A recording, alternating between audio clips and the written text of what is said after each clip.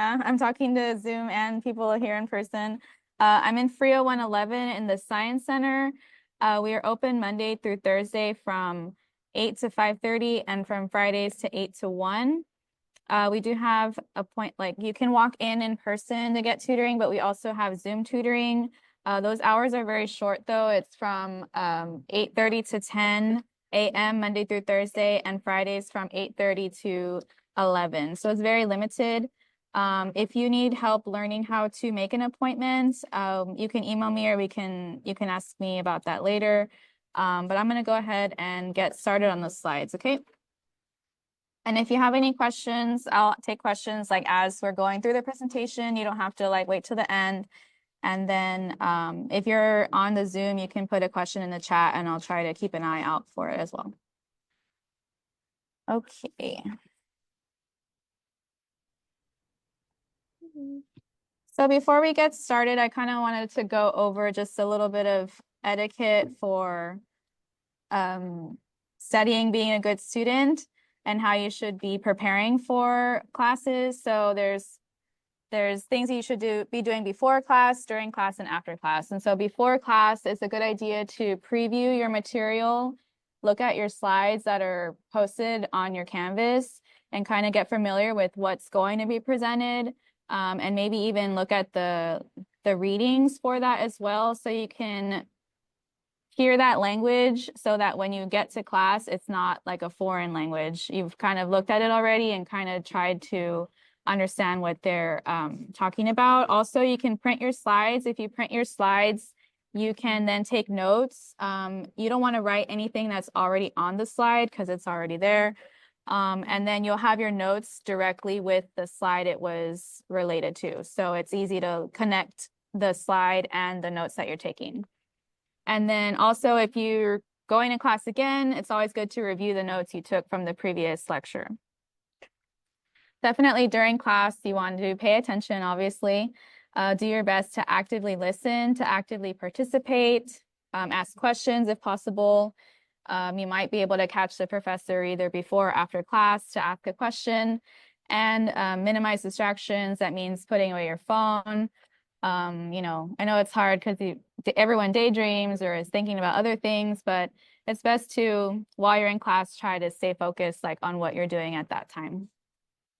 And then after class, you can reflect on what you learned, think about what made you question yourself, or think about what you liked about that class.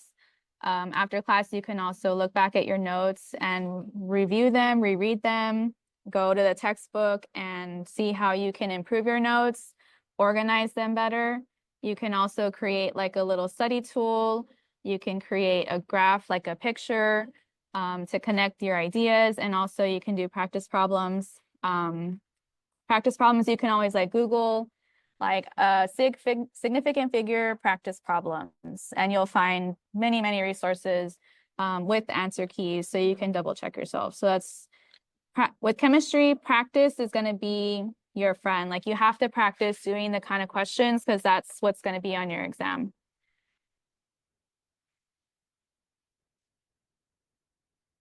And then as you're taking notes, it's a good idea to just be prepared.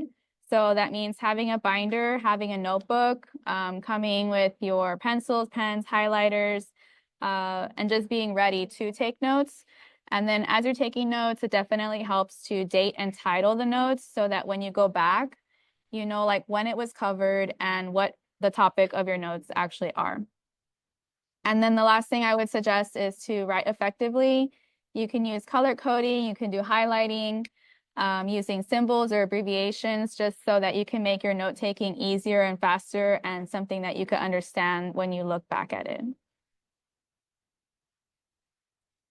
So there's going to be a lot of problem solving in chemistry. Not only is it chemistry, it's math, and it's also critical thinking and problem solving. So you're reading these problems, and a lot of students just get overwhelmed with, what is this problem even saying? So the first thing you want to do is kind of take a breath and just read the problem carefully and thoroughly.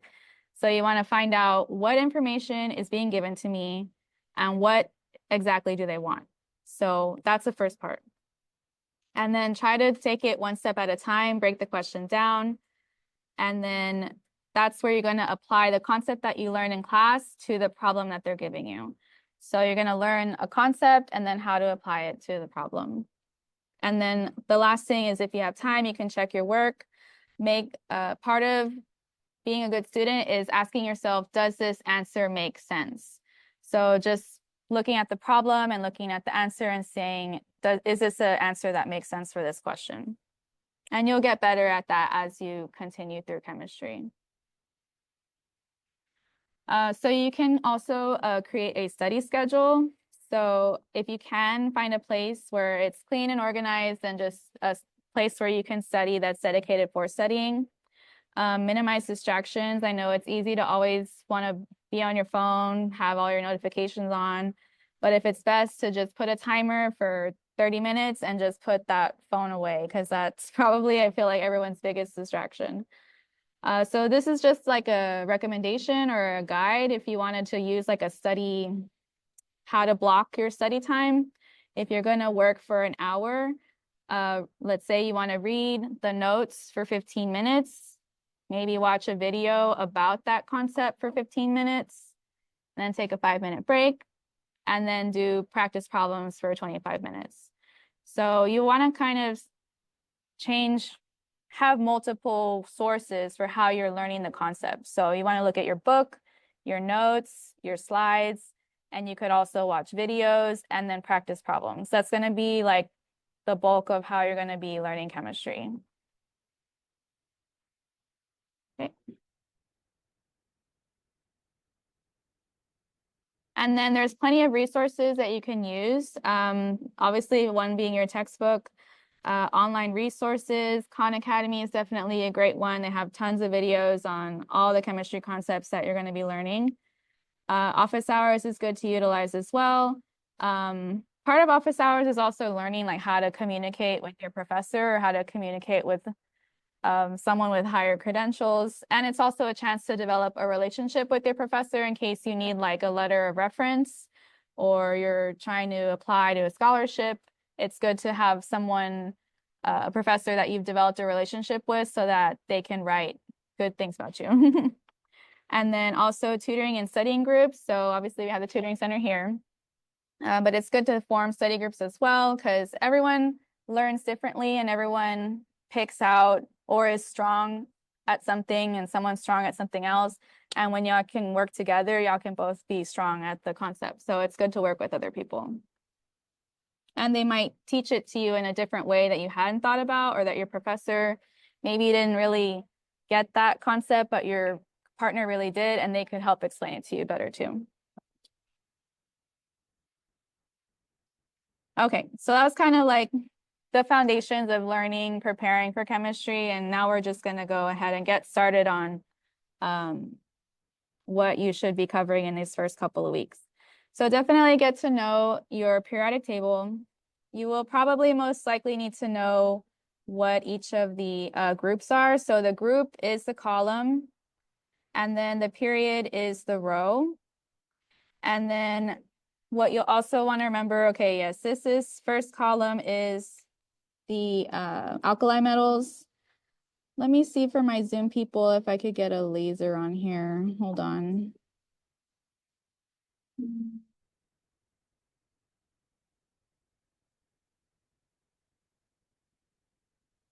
I don't think I can right now. Hopefully you can see. Oh, you can't. Oh, you can see my mouse. Okay.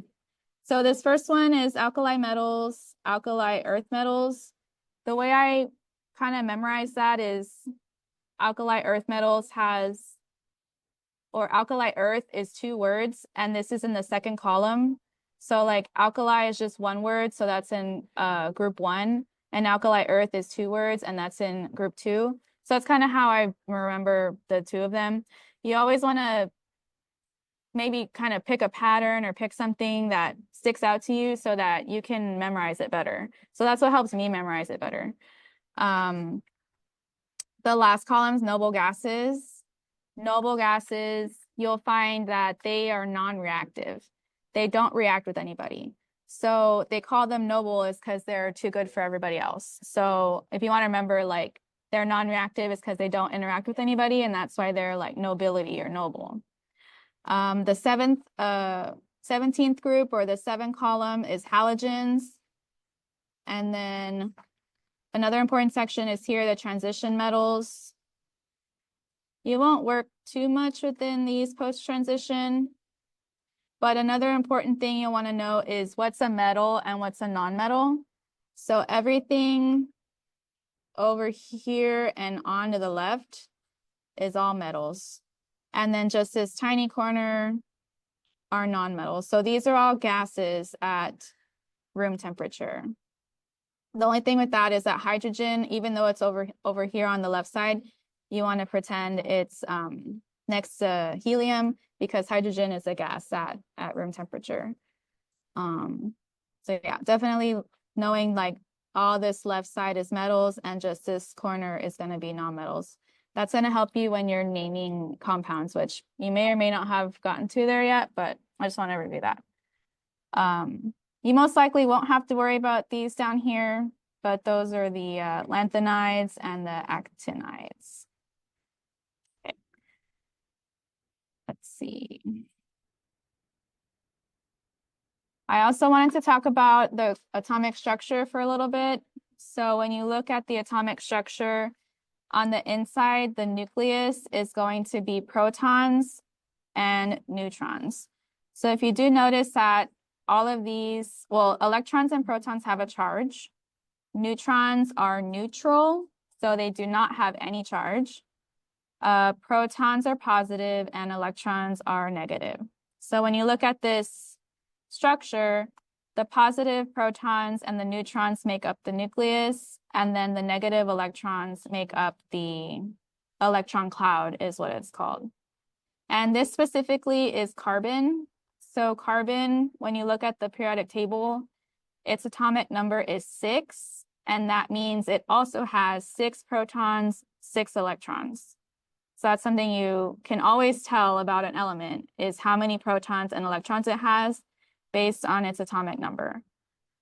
So in this picture, that first shell orbital can only hold 2 electrons. And then the next shell can hold up to 8. But if we used up 2, there's only 4 electrons left. And that's what these 4 electrons are. And those are special electrons because they are on the outermost shell, and those are called valence electrons. And valence electrons are what's going to be used for bonding, ionic bonding and covalent bonding. So you may or may not have gotten there yet, but you will definitely need to know that part.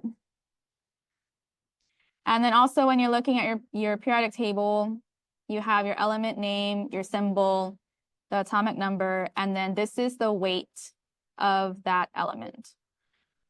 So you'll need to know that.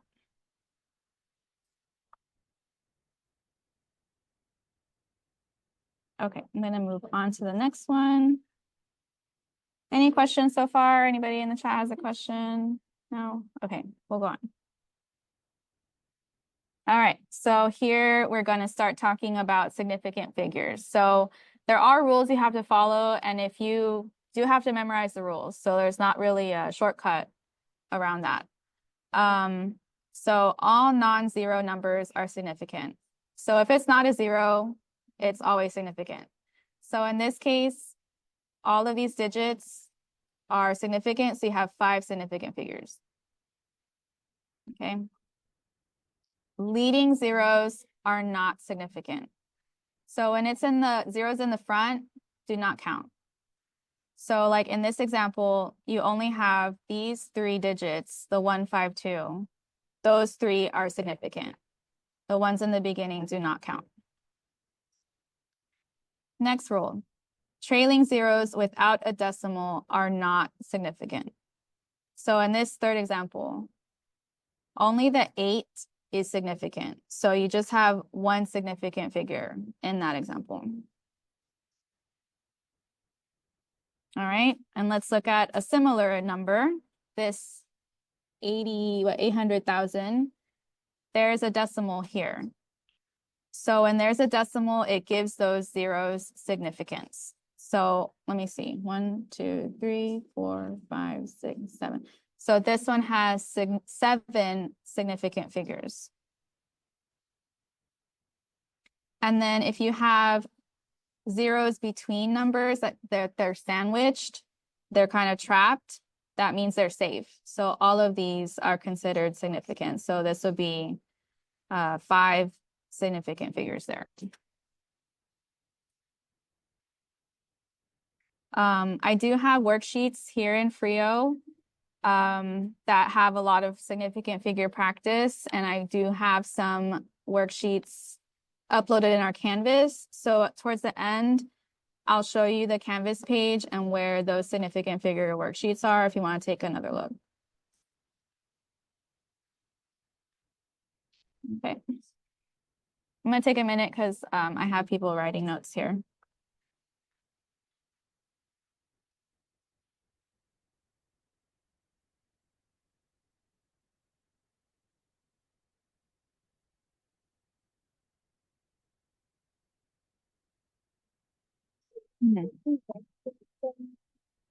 So we had a question that for number 2, do you write the zeros in the front? You still would write them there. It's just when they ask that question, like how many significant figures does that have? It would just be 3.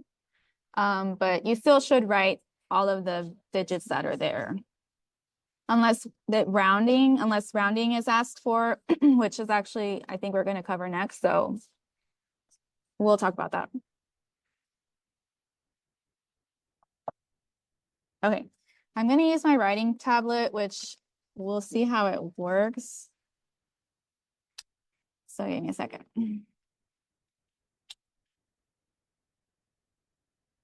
We're going to do some example here. Okay. Hold on here. So say, for instance, they give you some numbers they want you to multiply together. Hold on here.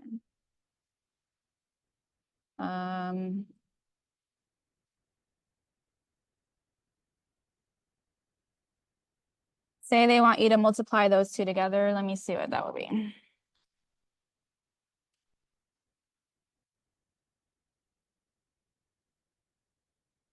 Okay. So that answer is 3.35. However, you will learn that you have to use these significant figures. So normally in the problems, you're going to be multiplying and dividing these numbers. So the rule for significant figures for multiply and divide is you have to use the lower amount of significant figures. So for instance, this one has 3 significant figures and this one has 2. So you have to go with 2. Like your answer can only have 2 significant figures. So we're going to have to round this a little bit. So we can only keep the 3 and the 3 because that's the 2 sig figs. However, this 5 is going to round us up. So our final answer will be 3.4.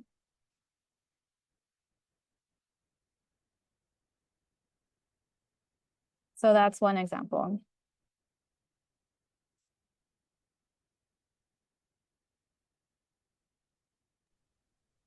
Let me get you another one here. Give me 1 second while I go get a worksheet that has a couple more. I'll be right back.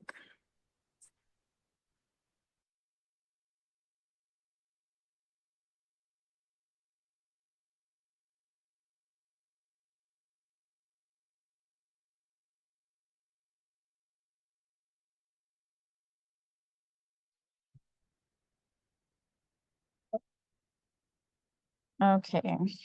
Oh, you have to write down to the 3.4. Because the 5 is definitely like the 5 you round up, but it's because it's just significant figures, right? Yeah, because 2 is the smaller. All right, so here's another example here. 112 kilogram, and they want, let's say we want you to convert it to milligram. The first thing you'd want to do is convert your kilogram to gram. So the factor for that is 1 kg is 1,000 grams. And then in 1 gram, there's 1,000 milligram. So the way that this thing works is when you have these units on the top and the bottom of the division line, they cancel. It's basically saying like you have 1/1. So those kilograms cancel and these grams cancel. And our answer would be in milligram. So if you were to calculate that, you would end up getting a really big number. So give me a second here. 1, 1, 2, 1, 2, 3, 4, 5, 6 milligram.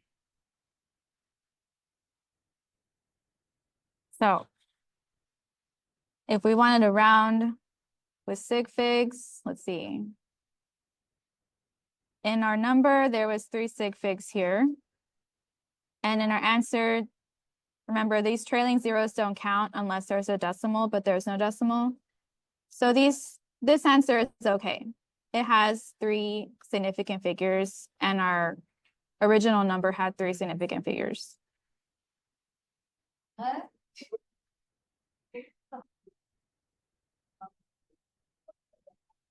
But I do want to show you that we can also write this number in scientific notation. So in scientific notation, you always have to move the decimal behind the first number. So it would be behind the 1. So it'd be 1.12. And then you're always going to see this times 10. And we want to know how many steps we move to the left. So if our decimal is here, oh, hold on. We moved it 1, 2, 3, 4, 5, 6, 7, 8 times. That's what our exponent is going to be. So those 2 numbers are the same number. Okay. This one should be the easier one to write because we're not writing a bunch of zeros.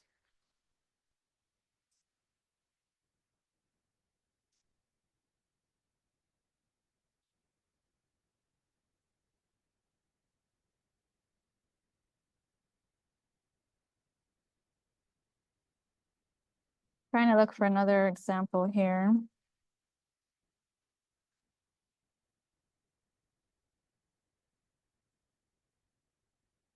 We might have to move on.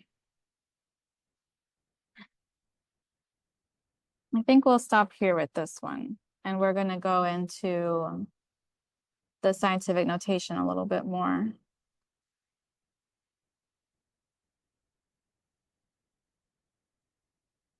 But I think people are still taking notes, so give me a second here.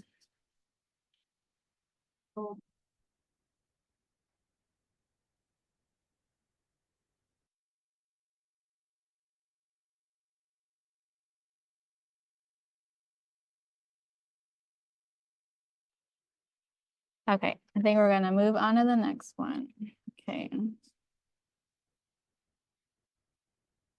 Okay, so here is another couple of examples for the scientific notation. It's a simplified way to write very, very large or very, very small numbers. So like we have this example here. It takes a lot of time to write all these zeros, and I don't want to write all of them. So wherever the decimal is, it needs to go behind the first number that occurs.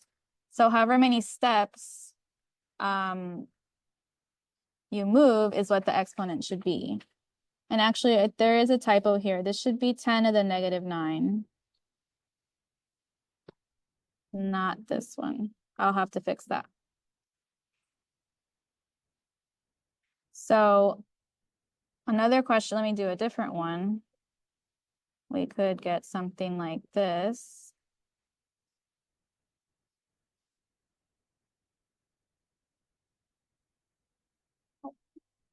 Say we have that large number, and we want to write that in scientific notation, we could get 3.44 times 10.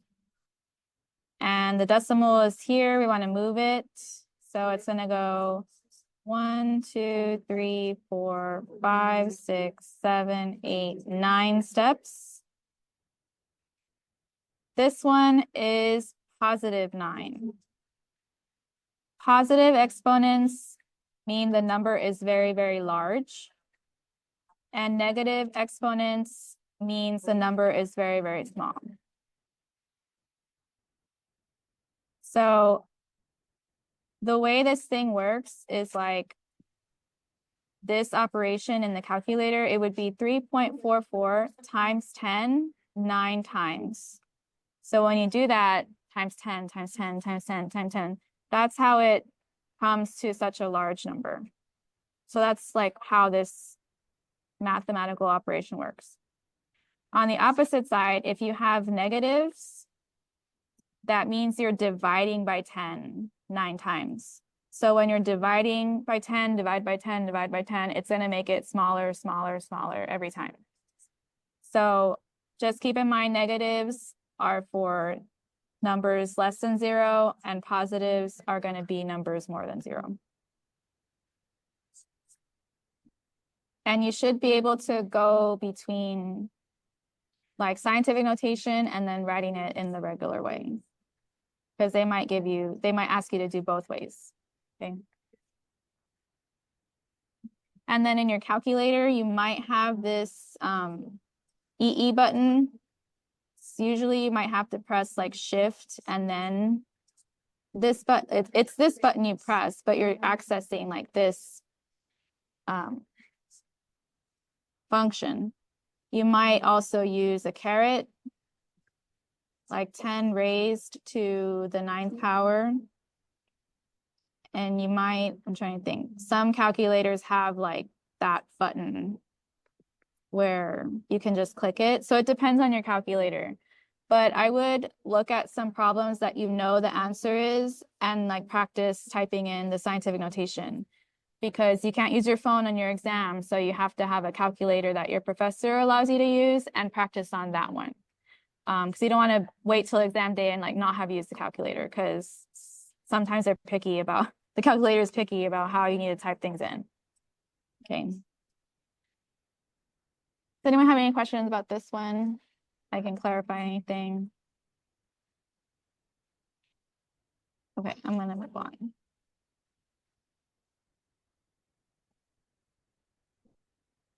Okay. Now we're going to talk about the metric system. So you will most likely have to memorize this one.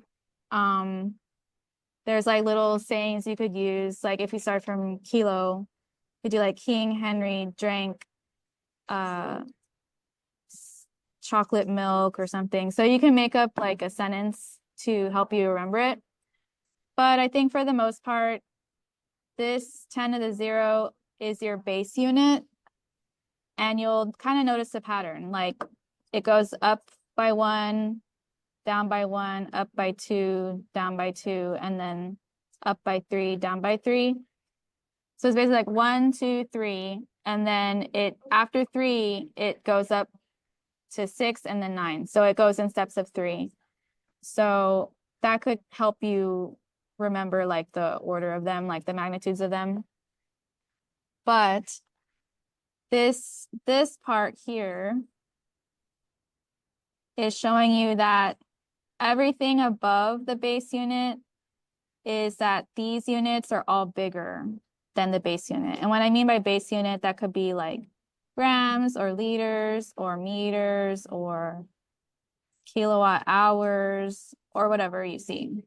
It's just the standard one. So all of these ones above are bigger than the base, and all of these ones below are smaller than the base. So for instance, like a kilogram is 1,000 times bigger than a gram. And then another one you could say is the milli is 0.001 of a gram. So that's what it's talking about there. So you'll often be asked to convert between these metric units. Let me check the chat real quick.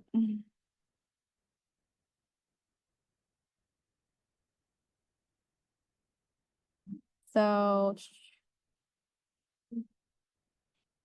for instance, let me move this because it's in my way. Looking up here at this one,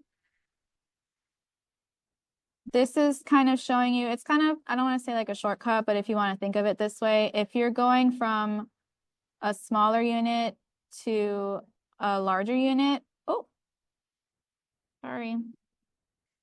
You can do division by the difference. So between a millimeter and a centimeter is a difference, a magnitude difference of 10.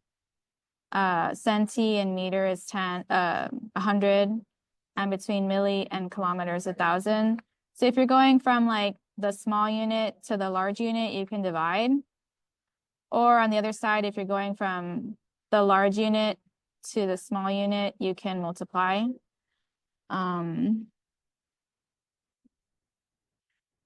But let's look at this problem here. Milligram to gram. If you wanted to use that one, we could use this information right here, because that's the milli. And so using this table, you would say in 1 milligram, there's 10 to the negative third gram. And that would be your factor. This would be your conversion factor that you're going to use. And I do see a lot of students come in and they might have like 1 mg, 10 to the negative third, and then they have it flipped.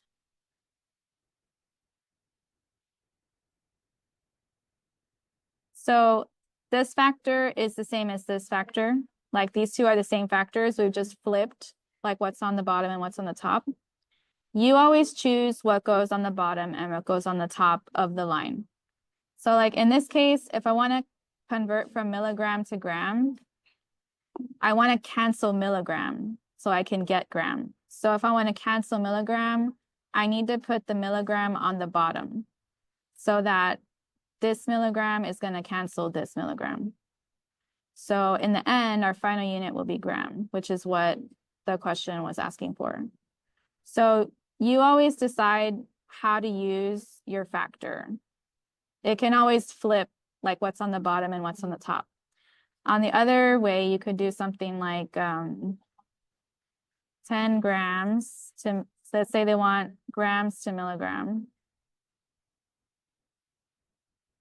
And we can use this same factor, except this time I want to cancel grams. So I'm going to put that on the bottom.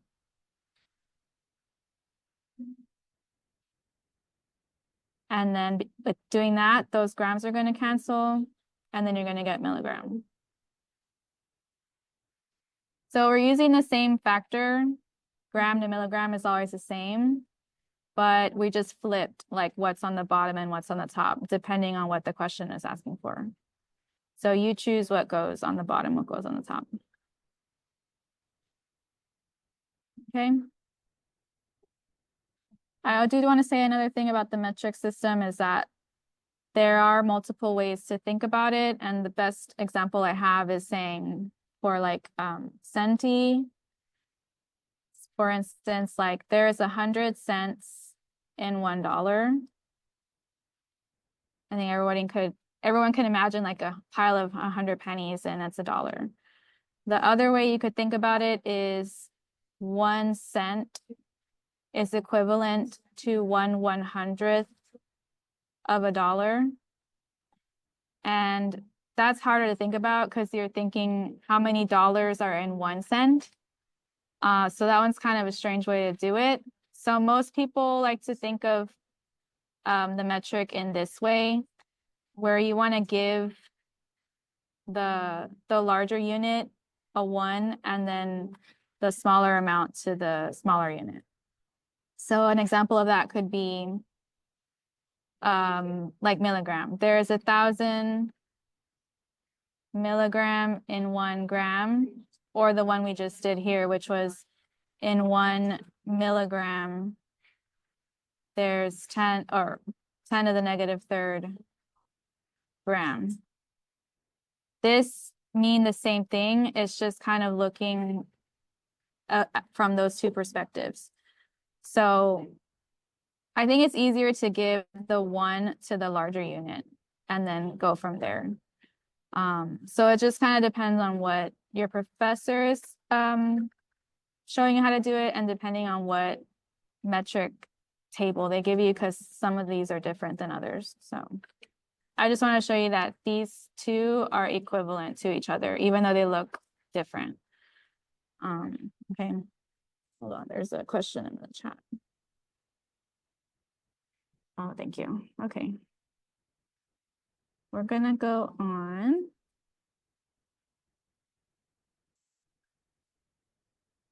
I think so. This is kind of what I was talking about was you want to give, oh, here we go. So there's like 1,000 grams in 1 kilogram.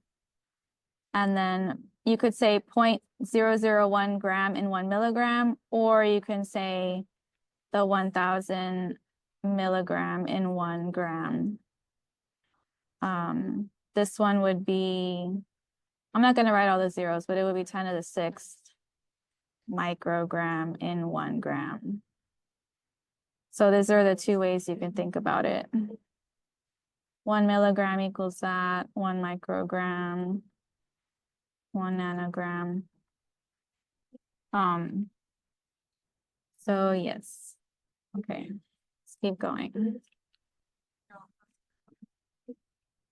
Okay, we're gonna move on to percentages. I've seen a lot of questions with percentages.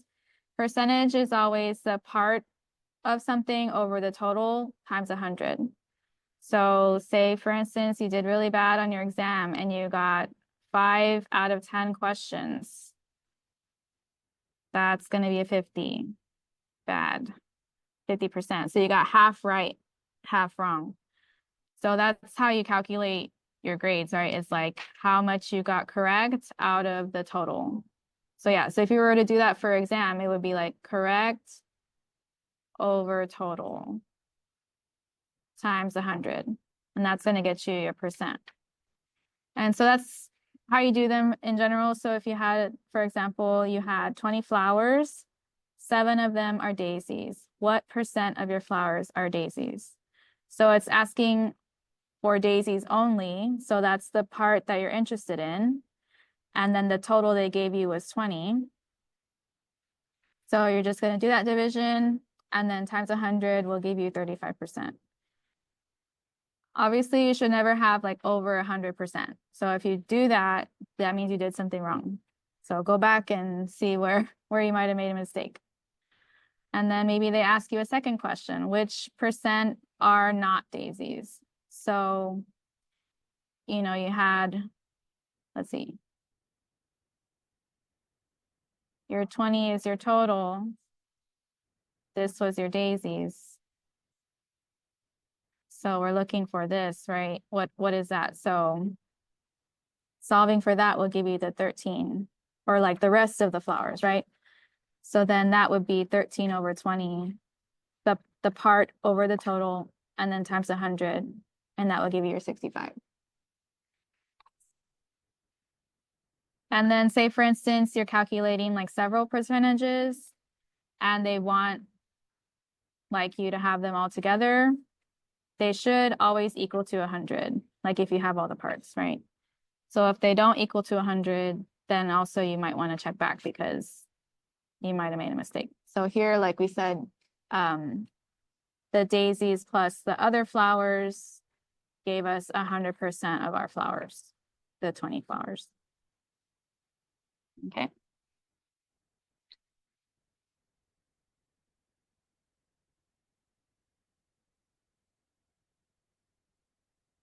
All right. And now we're going to move on to density. This one you'll have to memorize. It's always mass over volume. So that never changes.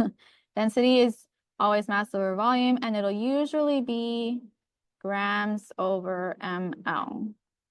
Grams is your mass, is like how much something weighs, and then volume will be ml or liters. You could see liters too. So we have some questions here. What is the density of a liquid if you have 10 grams of sugar in 150 ml of water?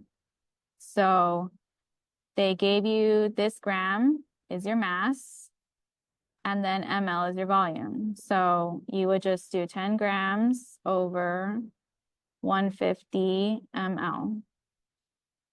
Let me see what that will be.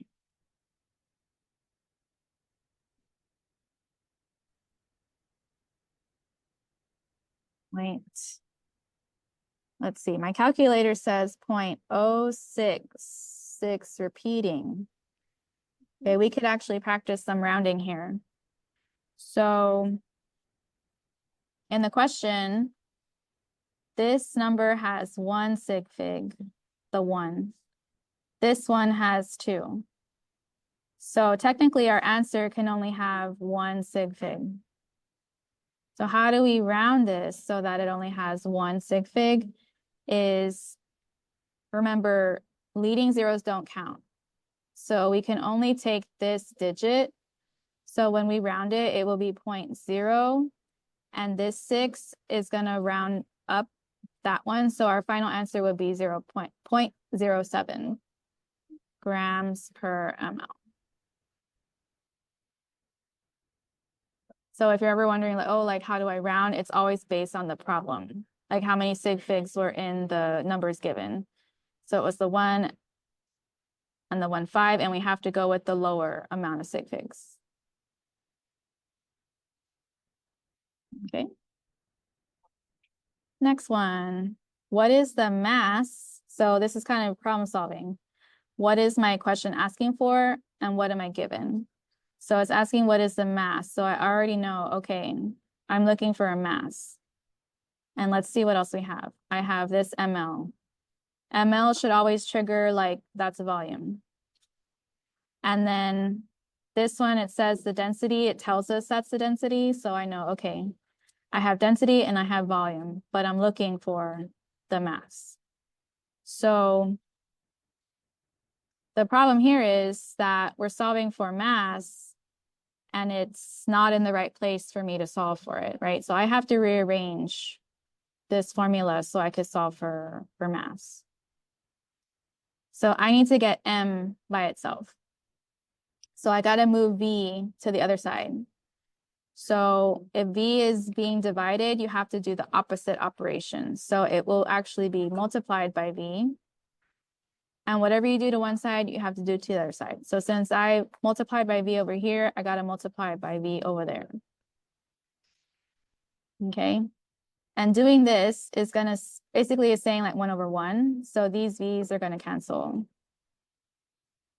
And so our final formula is going to be volume times density equals mass. Okay. So now that I have my formula, I can plug in my values. So we know that the volume was 250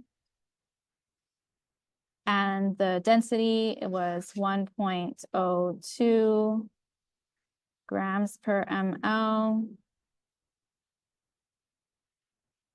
And let me calculate that.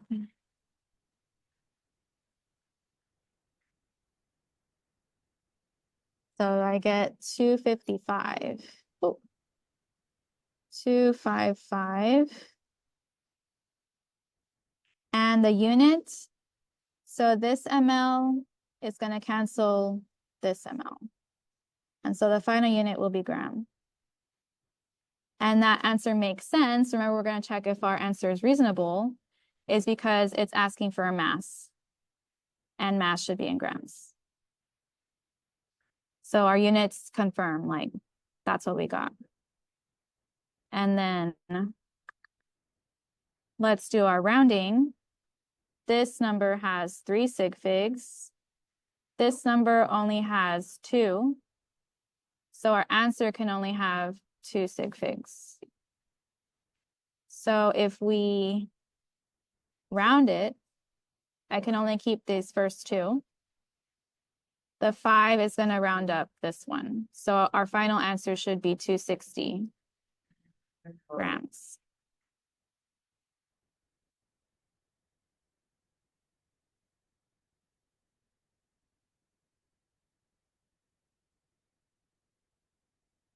I saw the question in chat. I'll see if I can answer it after we're done with this question, this final question. Okay, so the last question, what is the volume? What is volume of a solution with 5 grams of sugar? The density is 1.23. So we're going to have to rearrange this one as well.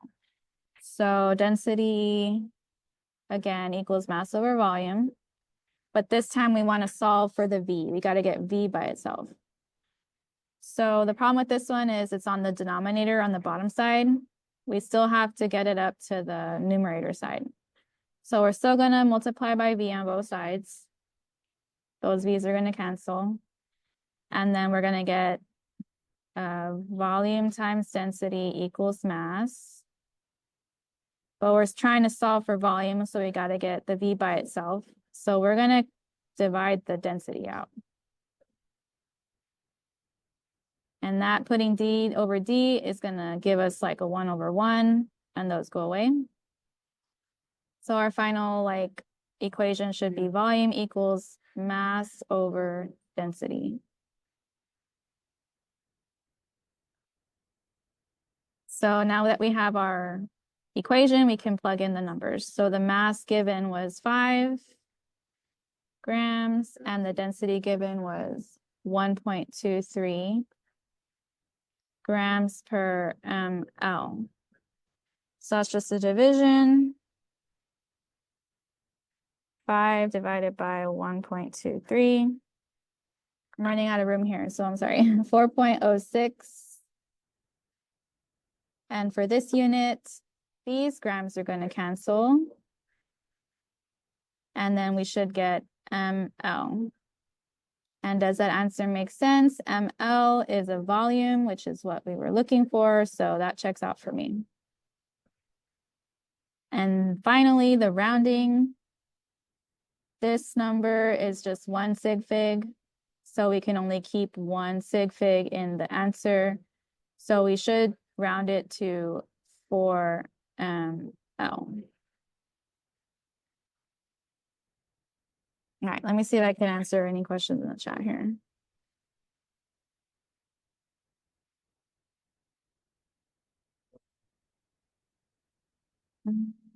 Density. On my lab, they ask for density changes if mass or volume changes. Yeah, so density always change. Like if you change the numbers on the top or the bottom of the line, it's going to affect your density.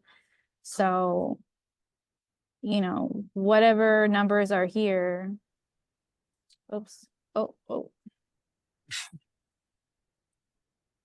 Yeah. Do you mind if I elaborate on mass the or question a volume, little it bit? will change the density.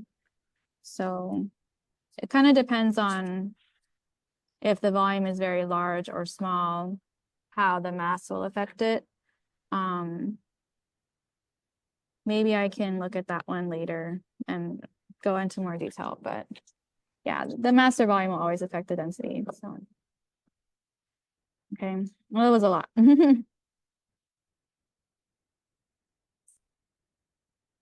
But I'm going to move on. Okay, here's where a lot of people also get caught up on is conversion factors. I think part of it is because you have to know like your metric system and like conversion factors to even start to do converting problems.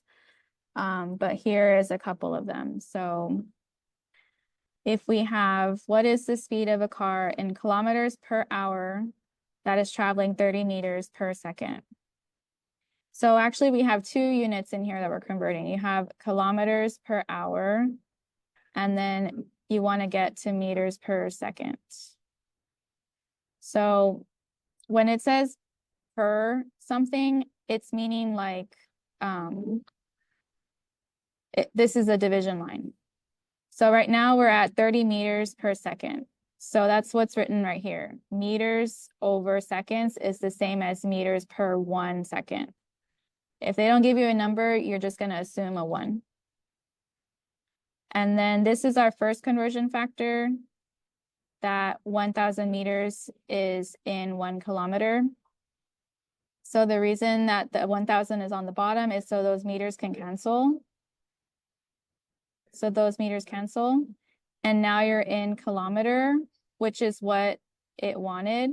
So we don't have to mess with that one anymore. Like, we're done converting the meters to kilometers. Now we're going to work on the seconds. So there's 3,600 seconds in 1 hour. And we're going to put the 3,600 on the top so that those seconds can cancel. So this S is canceling out this S. And then you'll be left with hours. So then there's kilometer on the top, and then hours is going to be on the bottom. So that's going to be kilometers per hour as your final unit, which is what the question was asking for. So when you calculate this, you're going to do, it's going to be like 30 times 1 times 3,600 divided by the 1,000. And that's going to give you your final answer here. Sometimes you'll get multiple numbers on the bottom. Like, say, for instance, this wasn't a 1, it was like a 3, and you have like a 2 over here. You have to multiply everything on the bottom. It's multiply everything on top, multiply everything on bottom, and then you're going to do the division.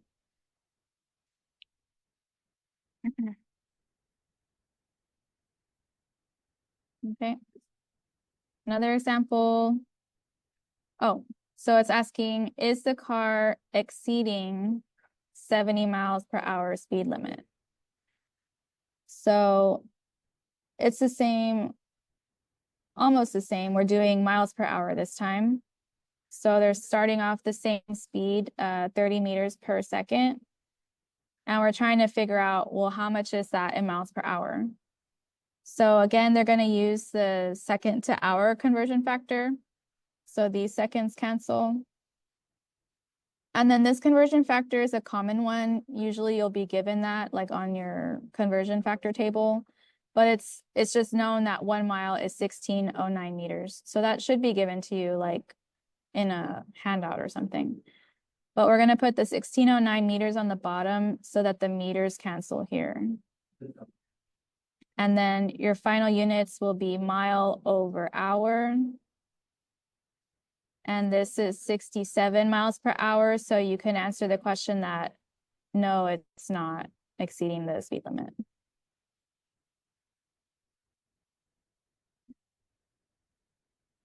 And then this last one, you may or may not be getting into grams or moles yet, but when you do, you'll have a head start. How many moles of salt are present in 100 grams? So you always start with what they give you with these kind of things. So you start with 100 grams, and you can put 100 grams or 100 over 1. It doesn't matter, like the one's not going to affect the calculation. But this number is coming from the periodic table. So sodium weighs, I believe, what, 24? And chlorine weighs 35. About, let me see, I don't have a table with me.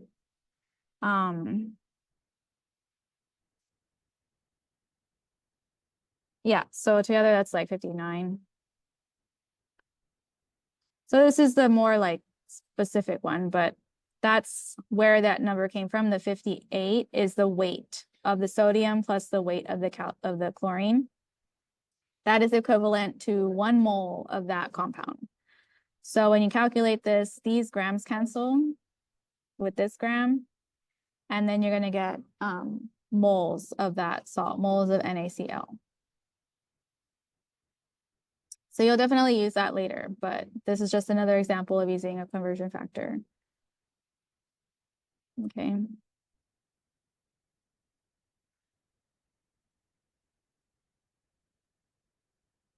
So I think that's going to be kind of the end of the problems I have. I did want to show you our Canvas page. So I'm going to, let me see here. I'm going to share my screen there. Hold on. So we do have an Instagram page, which is PAC Tutoring Services. If you're not following us, you can follow us there. I do post like all the workshops in there. I post a post and I post a story like the day of. We also have a YouTube channel. So this is being recorded right now, and this will be uploaded to our YouTube. So you can always watch this back later. And then we do offer the Zoom appointments. You can also check out Khan Academy.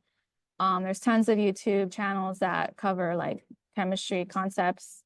You can also use like AI to make questions for you. I'm going to stop. Let me see. I'm going to get out of here.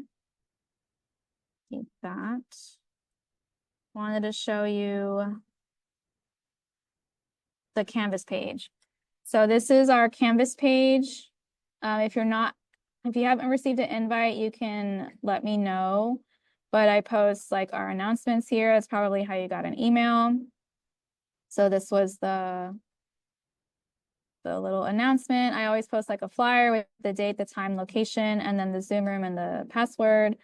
Also in modules, I have like we could do significant figures. So here's some more significant figures practice. There's the rules up here. And then using appropriate number of sig figs, answer the question. And then the key is there too. So you can always check like if you got it right. So that's one of them that might help you out. Another one is this one. Or it's just a bunch of questions like asking for conversions. And a couple of like problem solving ones. And then it also has the answers. So throughout the semester, I'll be adding more resources. It just depends on whoever comes into the lab. That's what I know people need help with. And then I make a resource based on that. So the more people come in for a certain thing, then I'll get something made for that. And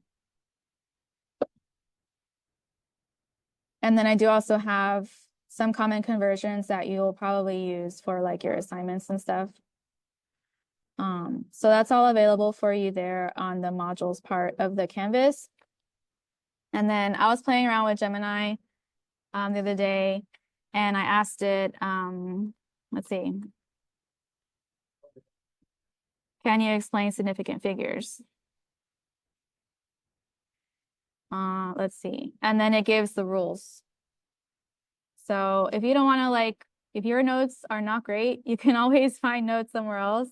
And then you can also, it talks about rounding, but then you can ask it to like make you questions. So can you create significant figure practice problems with answers? And then you can just test yourself. So with chemistry, you do want to be practicing questions. So you can always use these resources to your advantage. You know, they're there for you to use as long as you're still understanding why it is that answer. I think that's what's the most important part of using the AI to do this kind of stuff. But it's definitely super powerful. It saves you time and you can get like real-time help with something.